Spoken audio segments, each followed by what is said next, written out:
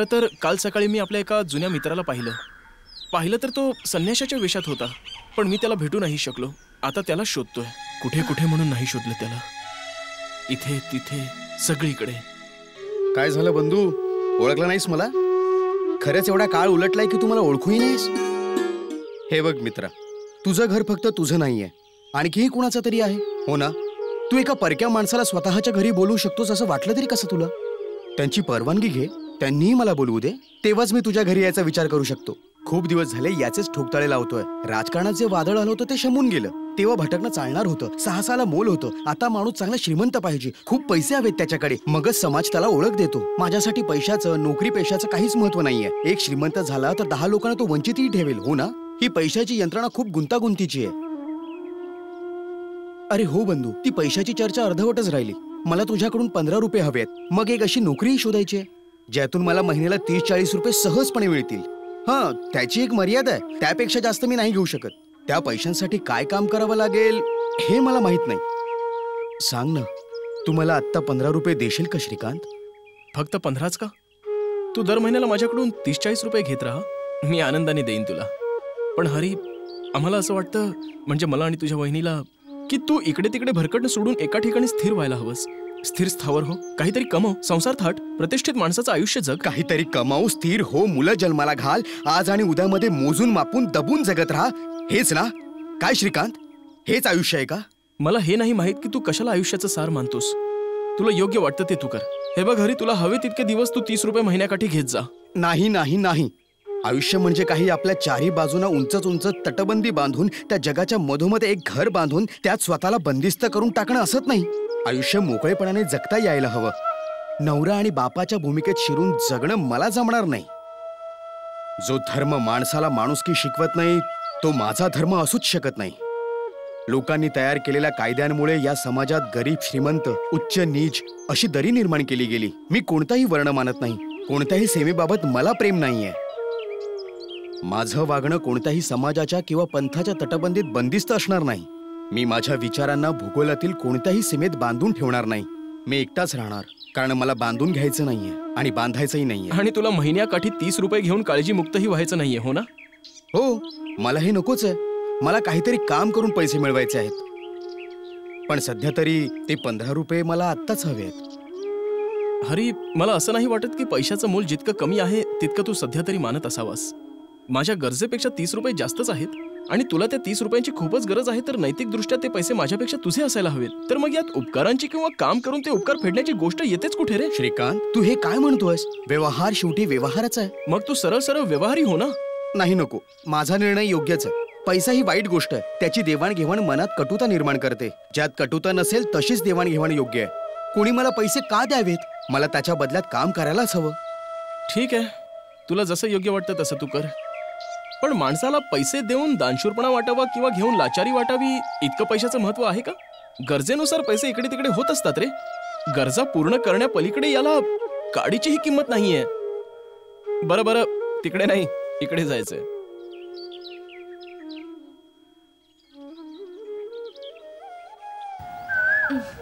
मी पण विचित्रच आहे, कायम स्वतःचाच विचार करत राहते. खरी गोष्ट तर अशी आहे की रोज आपलं घर स्वच्छ केलं पाहिजे, पण बस भलत्या सलत्या विचारातच वेळ निघून जातो. कधी आयुष्याबद्दल, तर कधी प्रेमाचा विचार करून मन सैरा वैरा धावतं.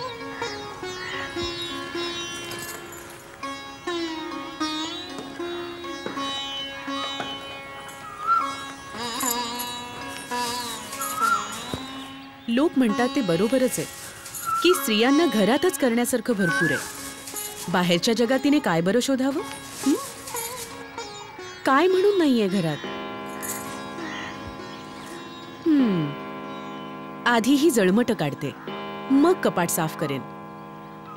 हे तर तेलाच्या कापडानंच पुसावं लागेल. आरशाचा चिकटपणाही काढावा लागेल. चला सुनीता मॅडम, आज ही खोली आरशासारखी लख्ख करा, अशी की त्यांचे डोळे सुद्धा दिपतील. अरे हा कोळी.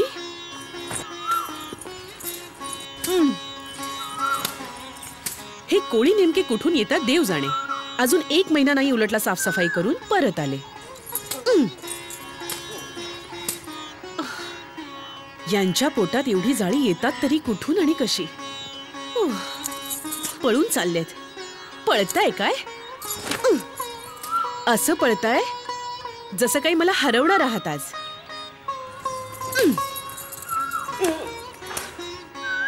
परत आलात ना तर परत मारेन.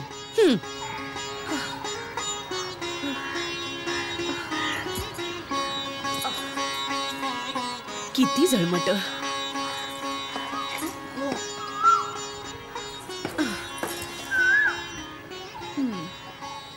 हरी, तू जबलपूरहून कधी निघालास? आम्ही जे पत्र तिथे पाठवलं होतं त्यात तुझ्या वहिनीचा फोटो सुद्धा होता. ती तुला चांगलीच ओळखते. ओळख करून द्यायची गरज पण पडणार नाही. ये. हे बघ हरी, तू तिचा सुद्धा असाच मान राखशील जसा माझ्या शब्दांचा राखलास. तुझ्या वहिनीसमोर जरा सांभाळून बोल बरं का. तिला वाईट वाटेल. दिल्ली शहरात 30-35 रुपयांसाठी तू वेगळं राहावंस हे तिला मुळीच आवडणार नाही. त्या असं का म्हणतील? ती असं का म्हणेल? अरे बाबा, ती तुझी वहिनी आहे. यापेक्षा वेगळं काही कारण असू शकेल? ये. आत ये.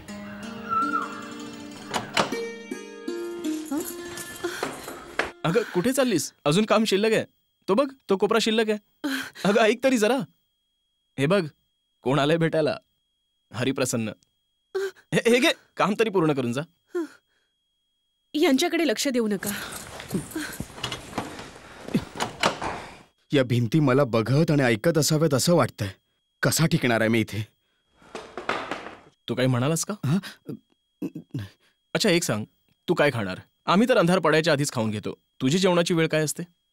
माझी ना काही वेळ आहे ना खास आवड निवड. नाही नाही, असं नाही चालणार. लवकर सांग काय बनवायचं ते. माझ्यासाठी सगळंच सारखं आहे. काही बनवायला सांग. नाही नाही, हे असं काय म्हणतोयस तू? हेच चांगलं वाटतं का? मला विचार. मला दुधीची भाजी अजिबात आवडत नाही. आणि हे बघ, आलं की नाही बोलवणं. अरे लवकर बोल. ती हेच विचारेल की काय बनवायचं. यात सांगण्यासारखं काय आहे? तू रोज काय खातोस बोल. रोजचं जाऊ दे. जे काही असेल ते मी खाईन. अरे कसला माणूस आहेस रे तू? तुला माहितीये ती रागावेल आता. संध्याकाळी मी अन्न घेत नाही. पण काय? तुला खावंच लागेल आणि मी तुला खायला लावेन. मोठा आला डायटिंग करणारा. संध्याकाळी अन्न खात नाही. अगं आलो. तसं तर मी अन्न घेत नाही, पण तुला नाराजही नाही करणार श्रीकांत. खावं तर लागेलच. आणि तुझा इतर सगळा वेडेपणाही संपवला जाणार आहे. आरामात बस, मी आलोच.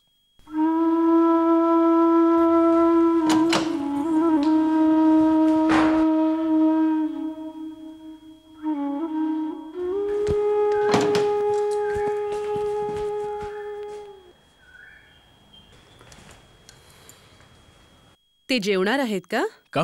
तू बनवणार नाहीयेस का? काय बनवू?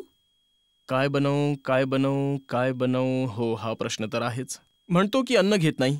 काय वेडा आहे. अच्छा, फळं आहेत का? नसतील तर मागवून घे. पण जेवणातलं काहीतरी त्याला खाऊ घालावंच लागेल. ठीक आहे? फळं तर नाहीयेत. आणि पाठवायला माझ्याकडे कोण आहे? का? मुंशी नाही आलेत? अच्छा, दे, मीच आणून देतो. लवकर या. थोडी घासाघीस करा. 3चे 2 करू नका. थांबा. हे घ्या.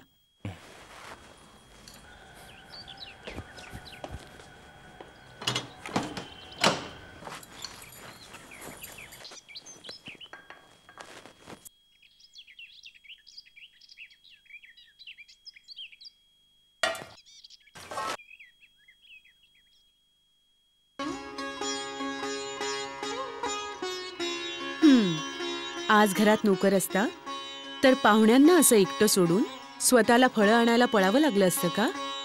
मलाही आवडत नाही कुणी माझी गुलामी केलेली. पण हरी काय म्हणत असतील? मी इतकी बेपर्वा आणि वाईट आहे? काय बनवू? फळच खातात, जेवण अजिबात घेत नाहीत.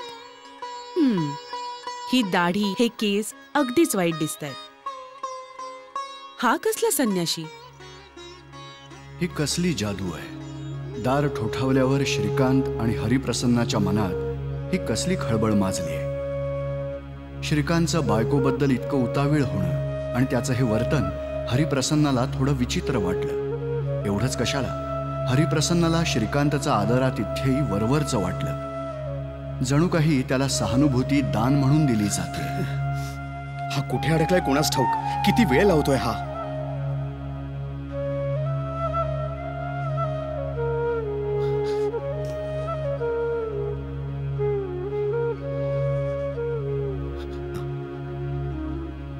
पुस्तकं तर खूपच छान सजवून ठेवलेली दिसत आहेत. या सुंदर सुंदर पुस्तकांना एकावर एक सजवून ठेवण्यात कोणाची काळजी दिसत असेल बरं? ही कोणी सजवून ठेवली असतील बरं?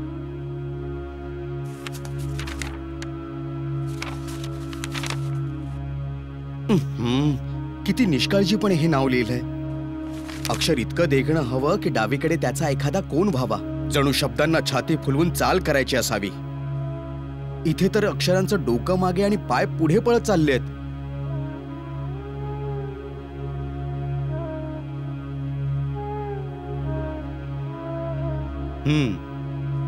आत्ता कसं असं लिहायचं असतं नाव.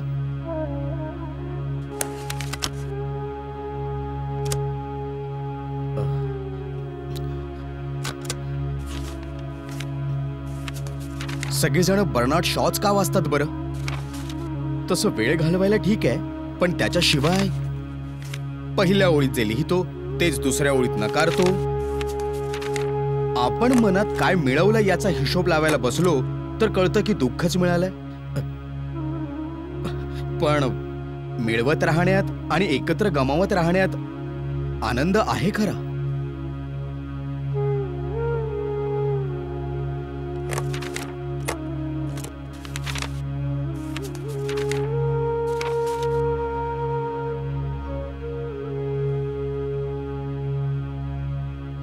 लग्न झालं आणि कुणाची तरी बायको झाली म्हणून काय झालं? स्त्रीने आपलं नाव गमवायचं का?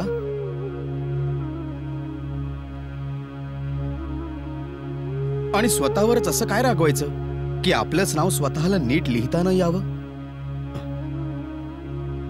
श्रीमती सुनीता देवी.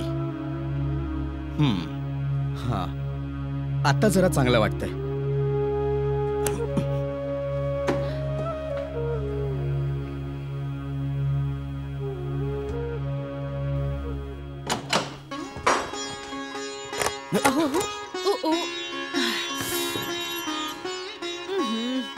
मला माहितीये हे तुम्ही सगळं महागच आणलं. आता महाग असो किंवा स्वस्त, त्याने जे दिलं ते मी घेऊन आलो. मी तुम्हाला घासाघीस करायला सांगितलं होतं ना. हे लोक अव्वाच्या सव्वा किंमत लावतात. चल आता जे झालं ते झालं. हरी माझी वाट पाहत असेल, मी त्याच्याकडे जातोय. हा अहो, जमलं तर त्यांची दाढी आणि केसही जरा कापून घ्या बरं.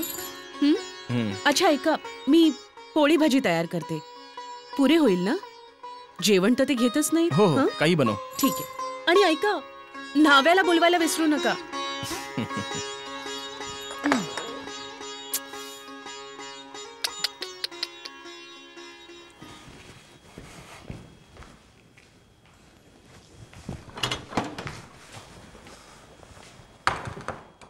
क्षमा कर मित्रा, थोडा वेळ लागला. थोडा वेळ? मिळाली का सुट्टी तुला? अरे सुट्टी कसली, आता 2 मिनिटात बोलावेल ती परत. घरात हे सगळं असंच चालणार, मग कसली सुट्टी? तसंही घरात नोकर नाहीये ना. अरे, घरात नोकर नाहीये? मग भांडी कुंडी त्यांनाच करावी लागतात? हो, मग काय. भांडी, जेवण, कपडे, साफसफाई, झाडू सगळंच. आणि मी फक्त कचेरीतच जायचं, चांगलं चांगलं खायचं, आराम करायचा. आपला विचार सोड, पण घरात एखाद नोकर असायलाच हवा. आता काय सांगू तुला, एक दिवस सहज माझ्या तोंडातून निघून गेलं की एका माणसाने दुसऱ्या माणसाला नोकर बनवून ठेवणं बरोबर आहे की नाही हे कुणास ठाऊक. झालं, त्याच दिवसापासून तुझ्या वहिनीने नोकर ठेवायचा नाही असं ठरवलं. मी किती वेळा सांगितलं की ठेवूया, पण स्त्री हट्टापुढे कधी कोणाचं चाललं आहे का? तू मुद्दा चुकीच्या पद्धतीने मांडलास. आदर्श मलाही समजतात. मला हेही कळतं की आपल्याला दुसऱ्याचा छळ करण्याचा काही एक अधिकार नाहीये. नोकर तर तू ठेवायलाच हवा श्रीकांत. बायको म्हणजे दासी नव्हे.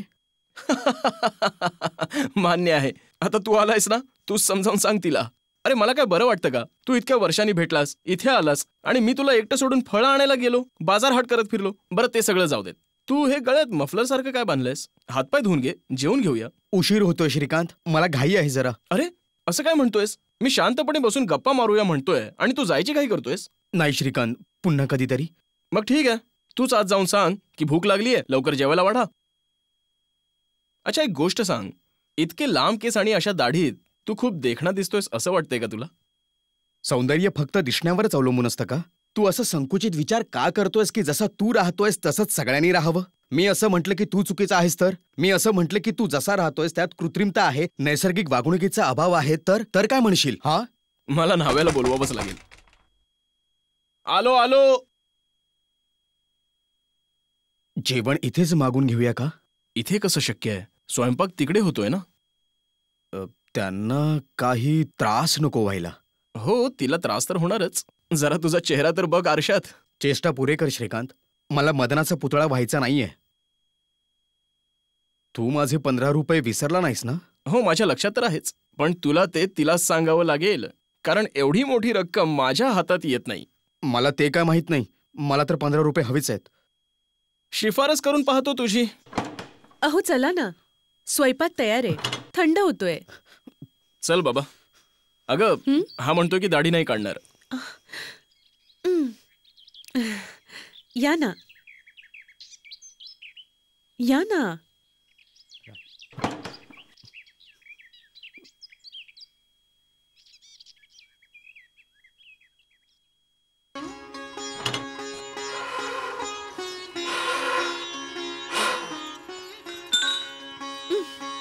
इतका धूर कसला झालाय? आत्ता तवा ठेवलायस का? 2-4 पोळ्या बनवून मग हाक मारायची होतीस. आता रिकामं बसून आम्ही काय करायचं? तेवढी फळं कापून घ्या ना.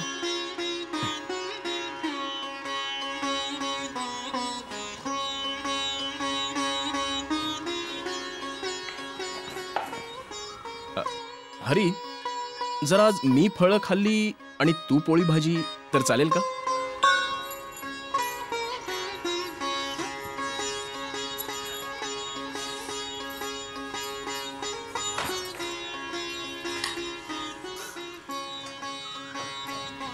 जरा ताटपुडी घ्या ना.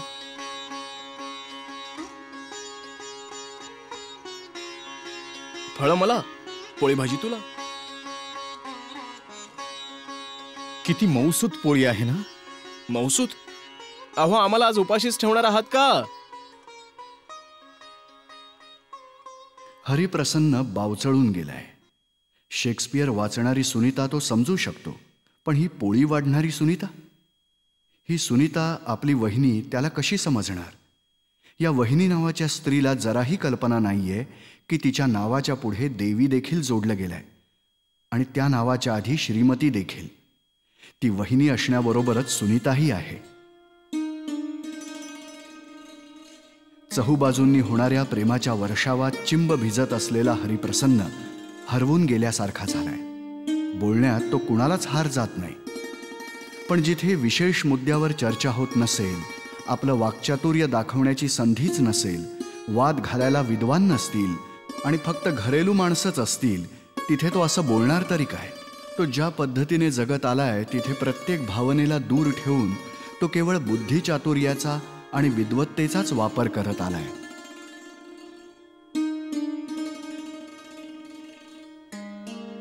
पुरे. जर पोळी तुम्हाला इतकी आवडलीये तर हात का आखडता घेताय? आणखी घ्या ना. आणखी एक घे ना. पोटगच्च झालं तर शतपावली करूया. नाही रे, मला आता निघावंच लागेल. कुठे जाणार? मंदिराच्या लागूनच एक धर्मशाळा आहे, तिथेच उतरलोय. पण आता तर दिल्लीतच आहे. येत राहीन अधूनमधून. तुम्हाला खूप त्रास देणार आहे बहुतेक. नाही नाही, आला नाहीत तर त्रास होईल. तुम्ही आल्यावर यांचा चेहरा आनंदाने फुलून गेलाय. आला नाहीत तर यांना परत एकटं एकटं वाटेल. मग मी काय समजू? तुम्ही परत याल ना? म्हणजे तुमची चर्चा झाली आहे माझ्याबद्दल? ह्यांच्याकडून मी तुमच्याबद्दल एवढं ऐकलंय की मी तुम्हाला ओळखू लागले. आता तुम्ही अजिबात त्रास काढायचा नाही. तुम्ही खूप त्रास काढलाय आत्तापर्यंत. आता तुम्ही तुमचं सामान इथेच घेऊन या. नको हो, असलं काही सांगू नका मला. मी माझा देवळातच बरा आहे. तसंही तिथून निघालो तर दुसरी काहीतरी व्यवस्था करावी लागेल. पण मला हेही माहिती आहे की संसार थाटून माणूस स्वतःवर खूप मर्यादा घालून घेतो. मला त्या मार्गावर जायचं नाहीये.